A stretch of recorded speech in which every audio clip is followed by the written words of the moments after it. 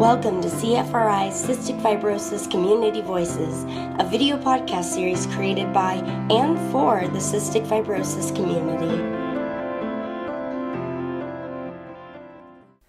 Hello, and welcome to CFRI's CF Community Voices, coming to you from our home studio in Palo Alto, California.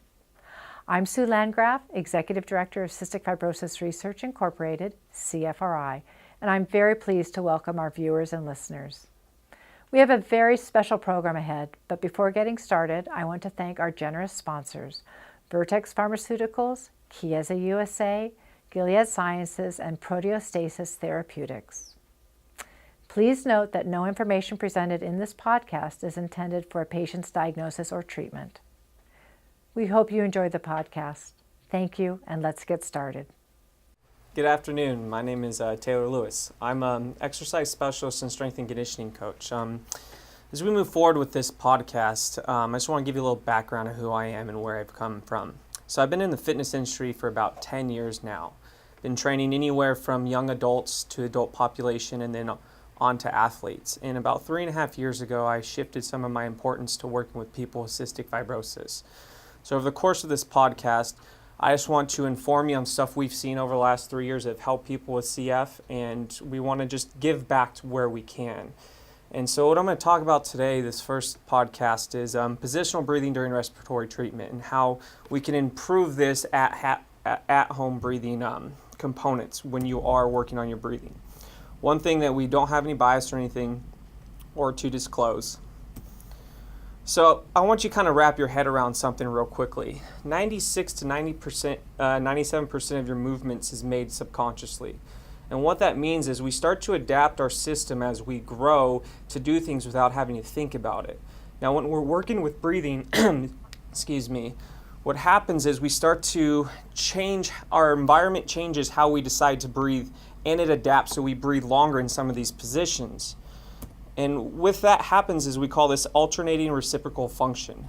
So what happens here is every time you take a step, and if we relate this back to walking, your body is going to increase force in one direction, and then it's going to manipulate from the lower extremities all the way to the upper extremities. And usually this is opposite sides. So for instance, if you were to step with your right foot, and when you land, your left side on the upper extremities is going to be manipulated based on how your position is. And this is the same thing all the way down the kinetic change, from the feet all the way to the head. And over time, your body starts to adapt these movements, and this is where that 95 to 96% of your decisions are made subconsciously. So as we move into this and talk about breathing, what happens over time is, depending on where you live and your environment, your lifestyle, sometimes we start to increase what we call our secondary respiratory breathing. That's where we do a lot of thorax and upper extremity breathing. And what happens there, it starts to change the position at which our body aligns and stays this way through our posture.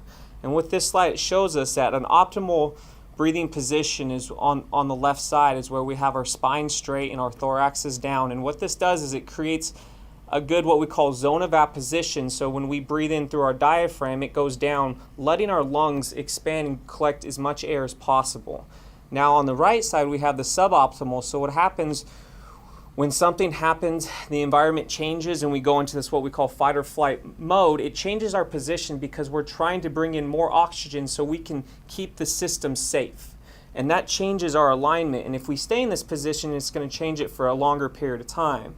So what happens when this happens is, if you see, our body is geared on opposite sides, upper and lower extremities. And so this will change our optimal position just by standing there based on your breathing. So when we're looking at this breathing component, it's very important, and the cool thing about it is we can easily change it and apply it to our everyday life without taking really anything out. We just have to be a little bit more aware about it. And this is why we're here today. And so going back to the diaphragm, we talk about this diaphragm that connects from your lumbar spine all the way up to those intercostal muscles. And what it does is like a piston, and as you breathe in, it goes down and lets the lungs open up. And since it's connected to the lumbar spine and at the rib cage, it's going to change based on what's going on. And the cool thing about the diaphragm is, since we have it on both sides, one side tends to be a little bit bigger, and that's usually the right side. So internally, we're geared to one side, and that's usually that right side. So what happens is, over time, when we're babies, we start this whole breathing component of about 8 to 10 breaths per minute. And if we were to look at breathing as repetitions, every time you breathe, that would be a repetition. Think about doing 8 to 10 reps every minute. And then if you were to span that over a day, you're talking about 14,400 breaths per day when you were young. And think about if you compare that to doing any type of exercise, from squatting, lunging, you did 14,000 squats. So what that's going to do is it's going to put a little stress level on your system. Good or bad is determined on other things. Now when we shift and we add in, as you grow older, we start to turn into this fight or flight method and we shift over doing a lot more breaths per minute. And our body will start to create a customization to that because it thinks it's normal. So that turns into possibly 16 breaths per minute.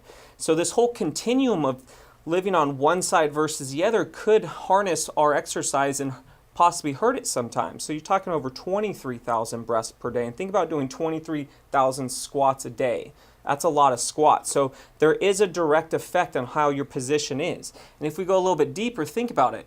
Every minute you breathe, your brain is going to utilize 20% of that oxygen. And so if you're not able to breathe as efficiently during that minute, it could alter and change multiple factors in your life. So as we move forward, I was lucky to have two awesome CF athletes. One on the left is Anna, who has been with us for a little over 6 months now, and she's doing a breathing exercise right now that consists of her trying to get her rib cage down and put in her a better position. And then Julie Desch, which has been absolute stud in the community, and she's doing this during a breathing treatment. And this is where we want to start to utilize adding in positional breathing exercises while doing breathing treatments, or in general, even if you're not doing breathing treatments, just being aware of what you can possibly do to shift your system to improve the quality of how you transfer oxygen. So when we're talking about breathing programs and how we can apply this to everyday life, the key component is we're not trying to change everything. We're just trying to simplify things and create an awareness that if you do a slight subtle change in how your posture is, and you add a couple diaphragmatic breaths, and when we talk about diaphragmatic breathing, we mean as much air in through the nose as you can, and then as much air out through the mouth as you can, if that's possible. If not, as much air in through the mouth as you can, then as much air out through the mouth as possible. But the key is to get that diaphragm, that area from your rib cage to your pelvis, this is what we call an inner tube, to really expand all the way out and then come all the way back in. So when we're talking about how you can apply this to your everyday exercise program or just everyday lifestyle, we've kind of come up with 3 different variables depending on where you're at. So from the beginning, what we're going to do is I'm going to show you 2 different breathing exercises that you're going to be able to do. And when we do this, if you're a beginner, just take one of the positions. And then from there, what you want to do is 3 to 4 positional breaths in that position every 20 minutes during your breathing treatment. Or if it's easier, decrease that to every 15. And this is where it comes to the intermediate component, where all we're going to add is maybe an extra breath. So you're going to still stay in one position. And once again, the cool thing about it is you can use both. So one day you can interchange these because they both do the same thing and help improving how the body takes in oxygen. So if you're an intermediate, you'll do one position, 4 to 5 breaths, and then just every 15 minutes.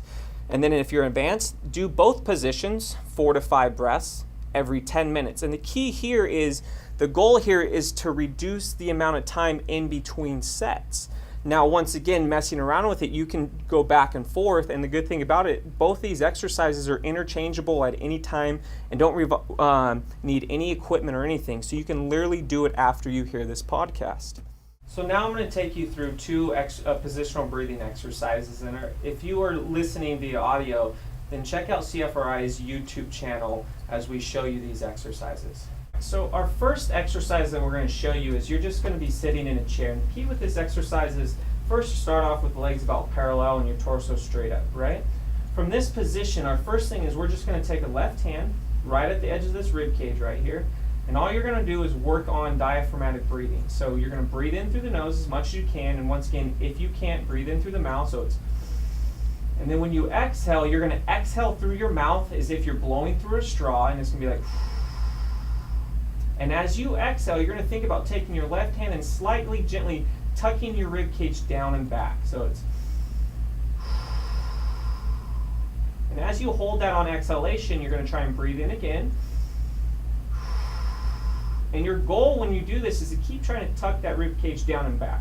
And what's going to happen is you're going to flex a little bit, but that's fine because our rib cage goes up and down. And the reason why we're doing the left side is because a lot of times when we breathe a lot, we tend to open our rib cage, and it's usually one side. So we're going to start with focusing on one. So once you've gotten that, so you're going to breathe in through the nose, you're going to exhale through the mouth. And once you feel comfortable with that, then you're going to take your hands, put them on both your kneecaps, and all you're going to try and do is you're going to push your right kneecap into your fingertips, and you're going to pull your left kneecap away from your fingertips. So what's going to happen is I'm going to do a hip shift. And where you should possibly feel this is going to be on the inside of the leg. Then you're going to take your hand at the rib cage and work on the breathing while keeping your right hand on your right leg. So it's,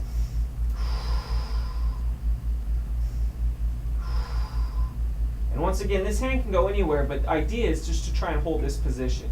So this is our sitting position, positional breathing. Then you're just going to wiggle out of it, kind of reset yourself and repeat. And remember, depending on if you're a beginner, intermediate, or advanced, take as much time in between sets when you're doing your breathing treatment or just in general. And then the second one, if you want to mess around with, we're going to do a standing one. So what's going to happen, we're going to start in what we call a staggered stance, which means the left foot's going to be forward and your right foot's going to be back. Distance is preferably where you feel comfortable. Okay? So the same concept of what we talked about with the breathing with the rib cage of breathing in through the nose and exhaling through the mouth is going to stay the same. So you're going to breathe in and then you're going to exhale, trying to tuck your rib cage down and back. You'll get a little bit of rounding, but that's fine. Then our new reference point here, instead of the knees, we're going to shift down to your feet. So what's going to happen is I want to feel my left heel, and I'm going to pull back towards my hip. So when I do that, I should feel my left hamstring, and then I should feel the front of my toes on my right foot. So we're thinking heel on the left foot, right foot you're going to feel medial arch to big toe. And from that position, if you have the hand available, we're just going to bring it out here. If not, just hold to the side. And as you exhale, you're going to tuck that rib cage down and back. And where you should feel this is hamstring on the left side and a lot of your abs on the left side. So rib cage to pelvis, you're going to feel this. And what this is doing when we put ourselves in this position, it's just realigning our system so we can get both diaphragms to work on the same side as a good pump. So when we go to walk or we go to stabilize, when we talk about opposite sides work together, then it's a little bit more efficient. So doing this will help improve the oxygen transfer when you're breathing in and out. And we know that's very critical with CF. Thank you very much, and you guys have a great day.